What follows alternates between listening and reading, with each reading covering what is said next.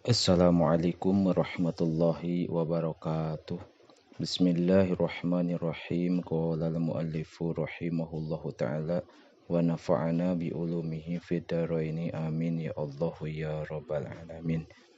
Wa hukiya sareng dihikayatkeun naon anna rajulan sayaktosna hiji lalaki aldhafa eta katamuan ieu rajul Sufyan as-Sauriya ka Sufyan Sauri wa ashabahu sareng pirang-pirang sahabatna ieu Sufyan as-Sauri. Faqala teras nyarios ieu rajul li ahlihi ka ahlina ieu rajul. Hatu kadiekeun ku anjeun. Atobako kana teko. Lalazi lain anu. Ata itu datang kuring bihi kalawan ladi fil hajjil ula dina haji anu kahiji. Balapisaniati balikta dina haji anu kadua. Faqala teras nyarios saha Sufyan as-Sauri rahimahullah huwa ari itu rajul miskinun eta miskin.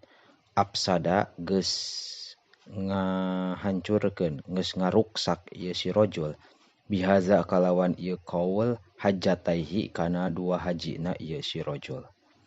Washola sareng sholat saha rajulun hiji lalaki murain barina anu ria.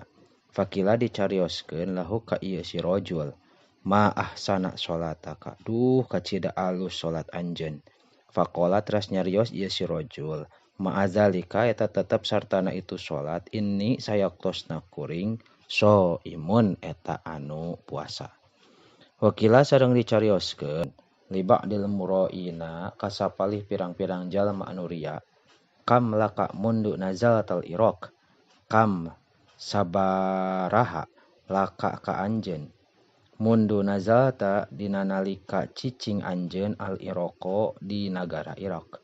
Qala nyarios ieu ba'du. Mundu isyrina sanatan. Mundu dina samangsa 20 naonana sanatan tauna.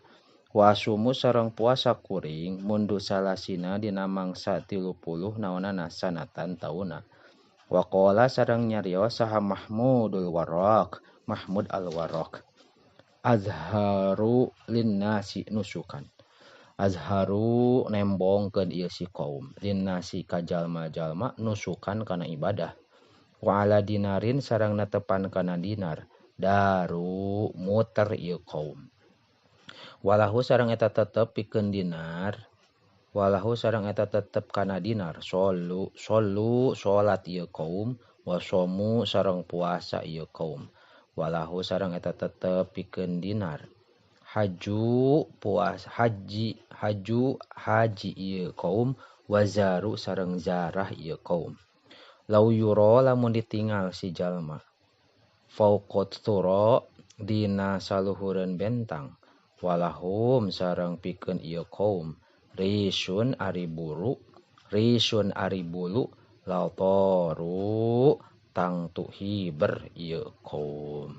Wallahu a'lamu bissawab.